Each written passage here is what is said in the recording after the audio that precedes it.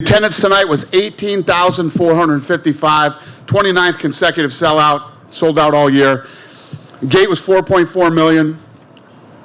The fight of the night was Till and Duplessis, and performance of the night, since it's the holidays and I'm in a good mood, I gave everybody who got to finish $50,000. So there's a lot of them. All right, so you're in a good mood. I mean, I don't know that everybody is right now. Kind of a wild ending, right? I guess give us your thoughts on the main event. What are you going to do? I think the main event was terrible.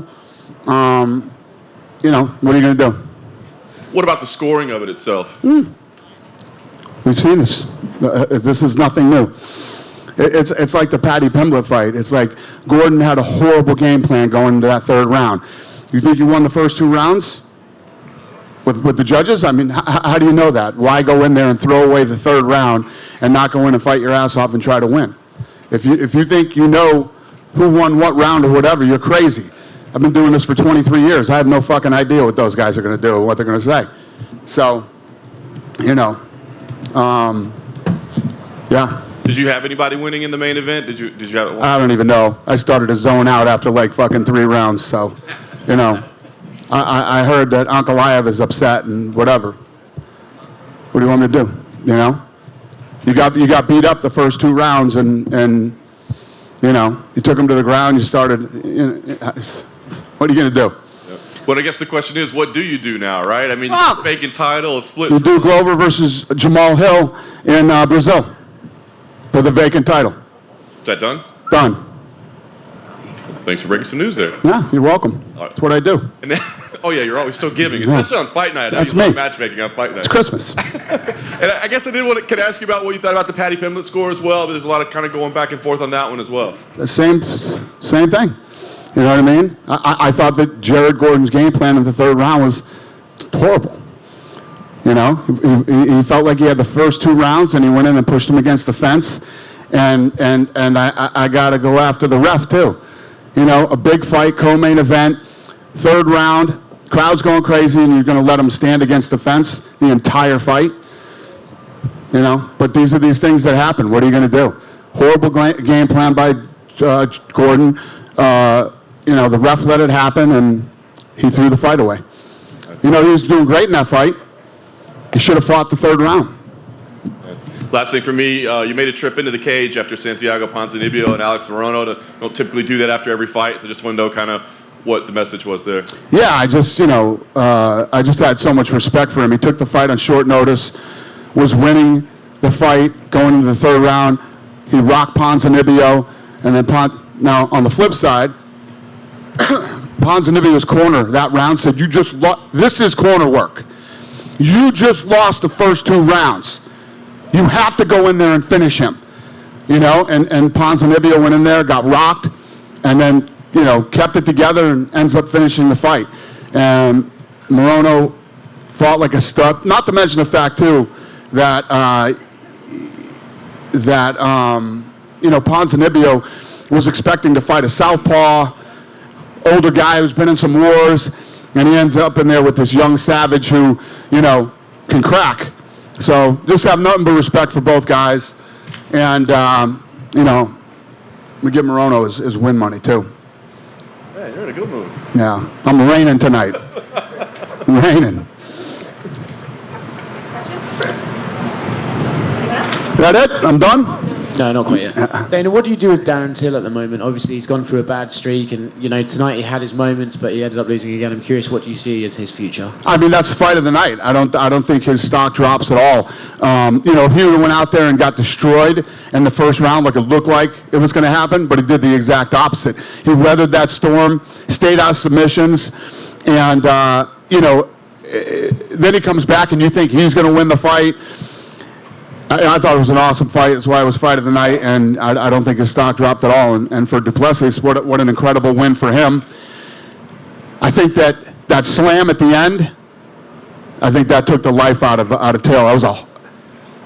Did you hear that when they hit the ground? Yeah, that was brutal. I think that's what ended the fight more than the choke. Obviously, this is the last pay-per-view of the year. I'm curious, if you look back at 2022, what do you think of it and how the company's done? It was awesome. I mean, 29 consecutive sellouts. And, all the fights this year have been incredible right up until the main event tonight. But, it's been an awesome year. Dana, what did you make of Raul Rosas' performance? A lot was made of him being obviously 18. Jay Parent talked a lot leading up to this, and it was a very impressive win by Raul. Listen, I say this all the time. UFC jitters are absolutely real. It happens to all the guys. I don't care how good you are, how confident you are, all that stuff. It's a real thing, and he overcame it tonight at a very young age.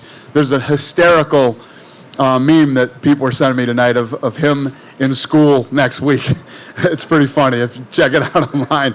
But when you try to wrap your head around that and think about the tremendous pressure that this kid must be under, and to come in and fight in the UFC, it's awesome. And then obviously another big win for Ilia Topuria. What did you make of his performance against Bryce Mitchell? He looked incredible tonight. He went out there and absolutely dominated, and a really badass, tough kid, and he looked damn good doing it. And he called for the UFC to go to Spain. He said he's actually talked to you about this before in the past. Well, you know what my answer to that is. We want to go everywhere. So, yes, we want to go to Spain, too. I love it. Is there any update on UFC Africa? Dricus du Plessis was saying that if you're going to go, you should go to South Africa because they have the infrastructure. Yeah. No.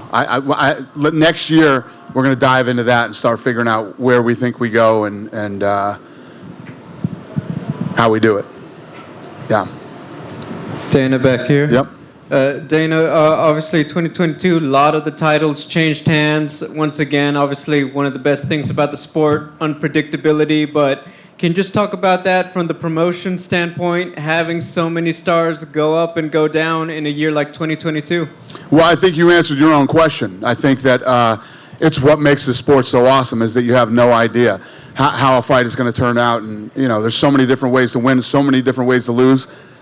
And it usually happens. It's and if you have some dominant champs like Israel and Usman, and they end up getting beat, especially the way they did this year.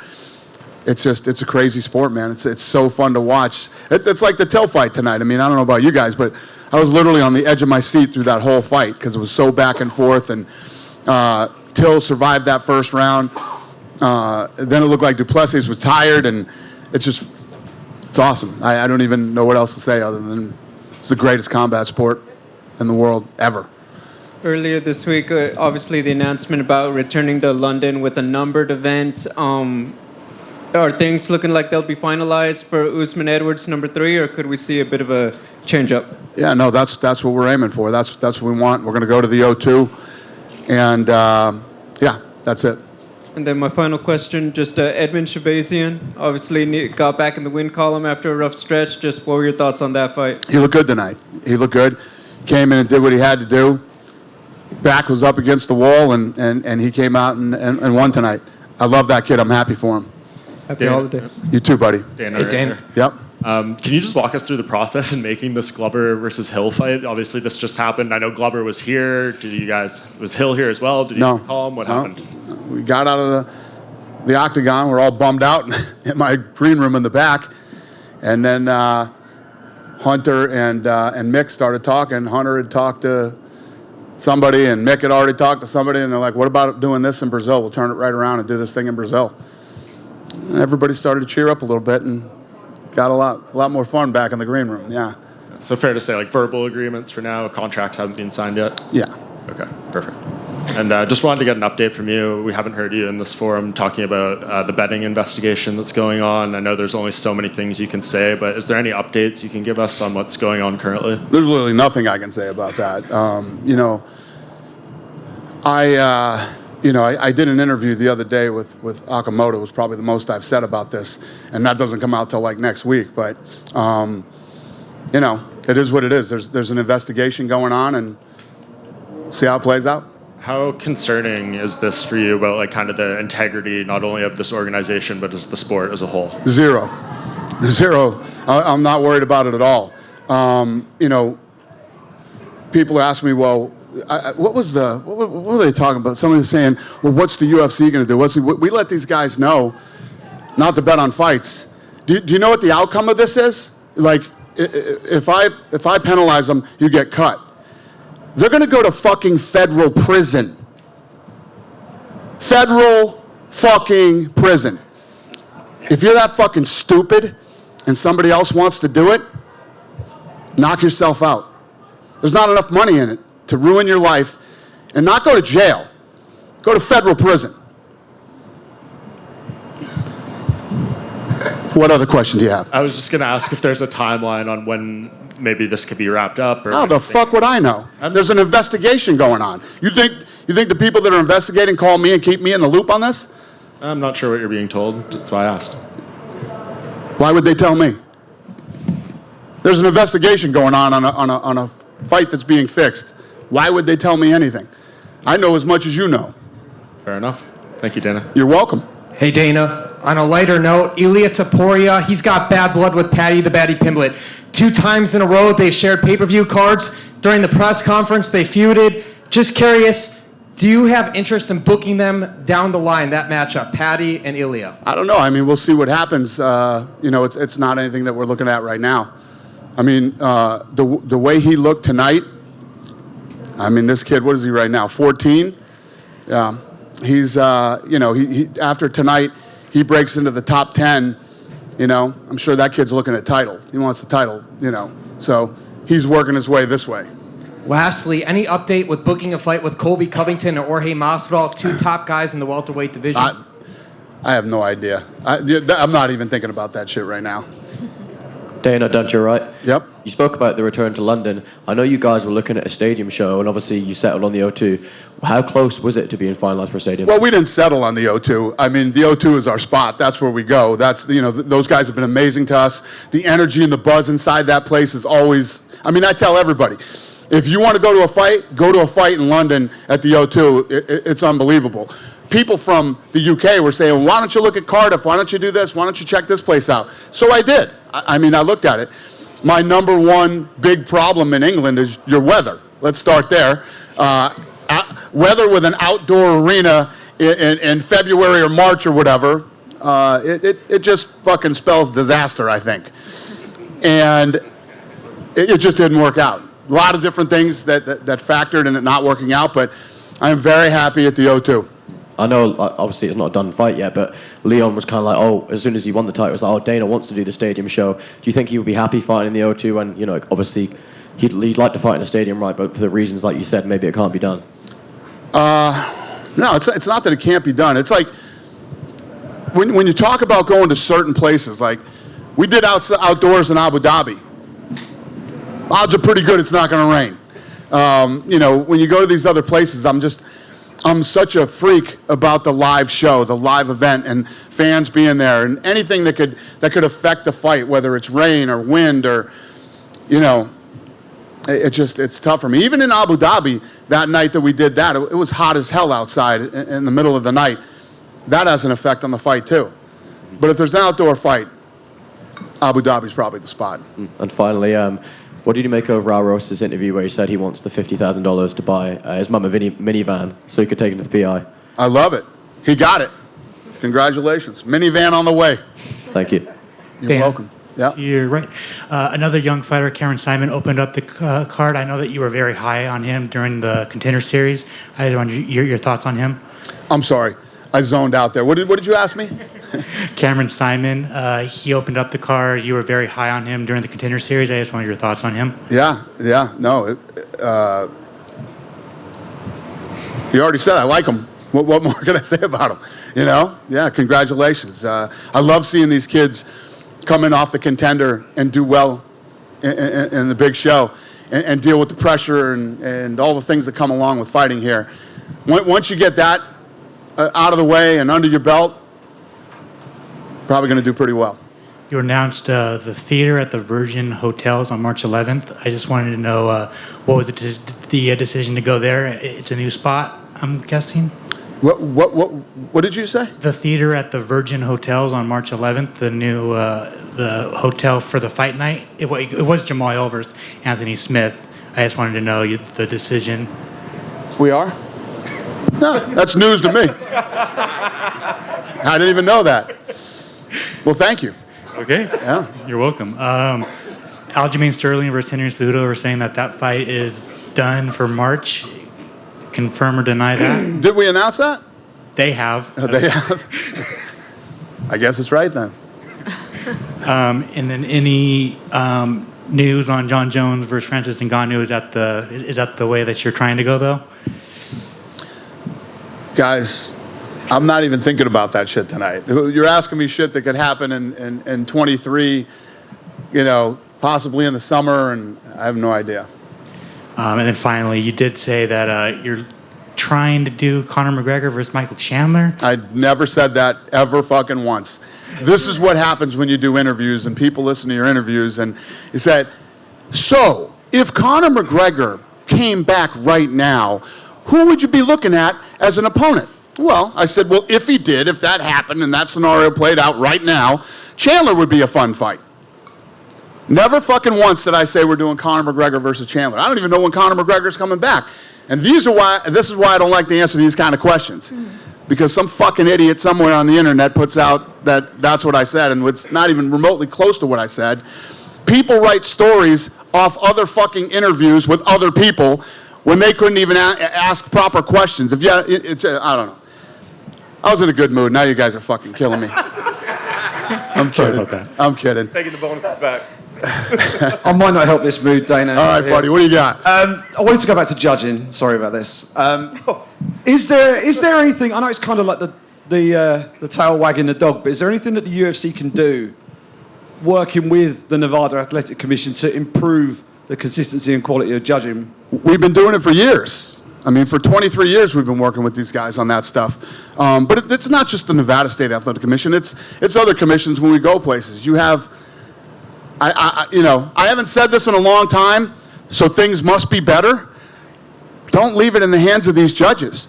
Don't go out in the third round and think you won the first 2 rounds and push a guy against the cage when you were doing great in the fight anyway. You already were doing great in the fight. Go out and fucking fight the third round, Ponzinibbio's corner told him, you just fucking lost the first 2 rounds. You need to knock him out to win this fight. Right? What you don't ever want to do as a corner is go, you got the first 2 rounds, let's cruise this round, stay away from him, do this or that. You know what I mean? No. I guess unless it's the Usman fight. Good point. Yeah. It was probably 4-0 in that fight, and he probably should have pushed him against the fence for the 5th round. Yeah. There's... What I said isn't necessarily always true, but you know what I'm saying. When it makes sense. The Paddy Pimblett fight, you could, the first 2 rounds, they were both hitting each other. You don't know how one guy's looking at a fight. When rounds are that close, you don't go and give away the 3rd round. Yeah, absolutely. And just on a more positive note, it's been a big year for the UFC. What's been your personal highlight from the last 12 months? I would have to say the consecutive sellouts, To sell out, I gotta keep looking, 29 straight events. It's a big one, man. That's not easy to do, and I'm sure you guys realize too when you're there. It's so fun. The energy in the place. I mean, Orlando last week was, even on TV, it felt like a massive major event. So I love that shit. Cheers. Thanks a lot. Thank you, Dana sir. in the back. Yep. Right in the middle. Hi. Hi there. You just mentioned, so there's 29 consecutive sellouts, 29th year of the organization. You don't have your biggest name, Conor McGregor, in a fight this year. What did the organization do to really be able to step it up, especially 2 years out of the pandemic and things being opened up? Can you point to something that you were able to do outside of making particular fights? Well, that's what we always do. I mean, that's what we've always done. I mean, if you really look at it, in the last 5 or 6 years, Conor's probably fought 4 or 5 times. You know what I mean, right? Is that about right? Would you say? 4 or 5 times in the last? Yeah. So, obviously, it's great to have superstars and do big fights, but, that's what we do. And why do we have 29 consecutive sellouts this year? We went through COVID. That's why. Kind of sticking with Conor McGregor, Conor has taken himself out of the USADA pool or the VADA pool, and he's talked about being able to take certain drugs to be able to recover from the type of surgery that he's had and the injury he's had. Who said that? Conor? Conor. Okay. Is there a conversation that UFC has had with the drug organizations talking about fighter recovery, not so much allowing fighters to skirt around the regulations and the type of recovery drugs that they can take, but there are certain injuries that require doctor intervention that could put them at risk for testing positive. Have you had this conversation internally and with USADA or VADA? Well, I think that the injury that you're talking about, that the only time that I've ever really seen that is breaking that shin bone. All the guys that have broken that shin bone have the same type of recovery. But as far as conversations that have happened, you'd have to ask Jeff Novitzky that. I don't get involved in the drug stuff anymore. I stay far away from the drug stuff. He's much smarter than me when it comes to that shit. So that's a question for him. Appreciate it. Merry Christmas. Merry Christmas to you too. Thank you. Dana. Yep. You said on Patty Pimblett's podcast that you would like to. You plan on being in more places on the road for fight nights this year. Yeah. Do you know approximately what percentage of the fight nights will be on the road? I mean, if I really had my way and it works out the way that I hope it does, 100% of them will be on the road. Yeah. Okay. And I talked to DC last month in New York, and he was talking about trying to get wrestlers into the UFC. And I was wondering if you have ever thought about partnering with USA Wrestling or anything like that to go to some of their tournaments after their tournaments? Yeah, I mean, wrestling's a massive part of this sport. And, when that whole thing went on a few years ago where they were trying to get rid of wrestling from the Olympics, we fought hard to make sure that didn't happen. But, I mean, we've had a relationship where we end up with a couple of up-and-coming wrestlers. I wouldn't say that we don't have a relationship with wrestling. We do. With the USA Wrestling organization? Years ago, it always was a no-brainer for me to have a relationship with USA Wrestling. They didn't want to have a relationship with us back in the day. So, I mean, I got nothing negative to say about them, but... You think with the way that you've built the UFC that they'd be more open to that now? Probably. Okay. Thank you. Hey, Dana. Yep. On the Contender Series graduates we saw tonight make their debuts, you called Cameron Simon the future earlier in the summer. So what does that make Raul Rosas? Yeah, it's tonight was a big night for him. He's so young. He's so young. We haven't. The closest to him, I think, is Vitor Belfort when he was like 18, was fighting in the UFC. And like I said earlier, for him to accomplish what he did tonight is amazing. And both of these kids are studs, and yeah, they won their first fight, so it's awesome. When you look at the performances they made on their debuts tonight, how does that compare to previous Contender Series graduates that have gone on to make their UFC debuts in earlier seasons? Well, the Contender Series has been massive for us. I mean, it's been an incredible way to showcase new up-and-coming talent. And any of you that have ever been to the Apex for those, it's incredible. It's incredible to be there live. It's one of the best shows we've ever done. And I think that the other thing that's amazing about it, much like Looking for a Fight show, is these kids come in, they're unknown, they don't even fight in the UFC yet, and millions of people know who they are before they ever, I mean, this is this kid's first fight. You hear the place tonight? I mean, it was crazy. It's like, that's the power of the Contender Series. This season of the Contender Series is the first time ever that we were trending worldwide on social media because of contender fights. So the show continues to grow. I think, our contract's coming up here with ESPN, and I think that when we do our next deal, you'll see the Contender Series actually being on linear television. With Rosas being the youngest UFC fighter, there's no blueprint on how you develop as such a young combat athlete here. How do you handle developing him? Well, just like any other one. This kid's obviously, he's young, but he's got what a 25-year-old would have that's getting into the UFC. You know, he's special. This kid's different. He's different than a lot of other 17 and 18-year-old kids.